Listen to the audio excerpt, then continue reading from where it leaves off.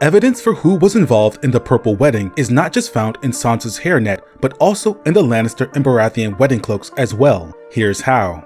When Joffrey and Margaery were wed, Cersei Lannister insisted that Joffrey drape his bride-to-be in the red and gold Lannister cloak that she once wore. This, as you could imagine, was quite unusual. Typically, the groom uses his father's wedding cloak. Margaery was not becoming Margaery Lannister after all. She was becoming Margaery Baratheon. The reason Cersei insisted upon this was not just because the Lannisters were at war with Stannis Baratheon. It was also because Cersei has always wanted House Lannister to be just as prominent as House Baratheon in display whenever possible. Something Jon Snow noticed in A Game of Thrones. Quote, "The Lannisters are proud," Jon observed. "You'd think the royal sigil would be sufficient, but no, he makes his mother's house equal in honor to the king's." Not to mention, anything Baratheon reminds Cersei of her late, unlamented husband.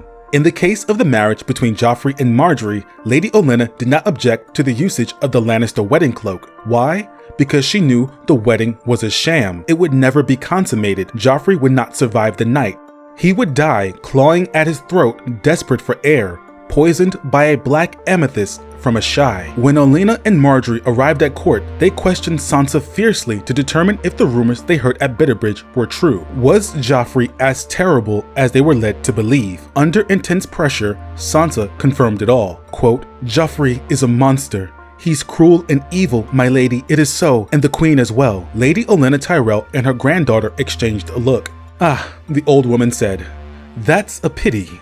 At that moment, Joffrey's fate was sealed. Sansa was already given the hairnet in preparation, but perhaps Olenna thought it might not be needed if it came out that Joffrey was actually a right brave boy. There was no avoiding the Lannister-Tyrell alliance, however. Her son Mance insisted on it. Rather than hand her precious Margaery over to a rabid lion, Olenna decided she would put him down. Olenna did not care about Joffrey's wedding. Tommen's wedding, however, must appear to be as legitimate as possible, which is why when Cersei attempted to have Tommen use the Lannister cloak, Olenna caused a fuss.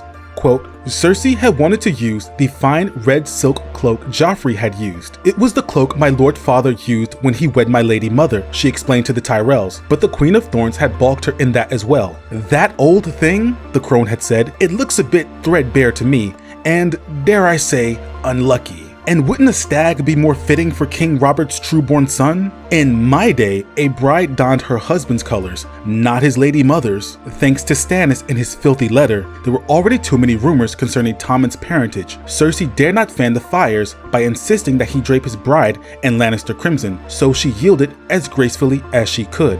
Lady Olenna managed to get her way. Her granddaughter married plump, tender Tommen. Joffrey is in his grave, but danger still remains. Queen Cersei Lannister has backed herself into a corner, and you never know how desperate someone might be in such a situation.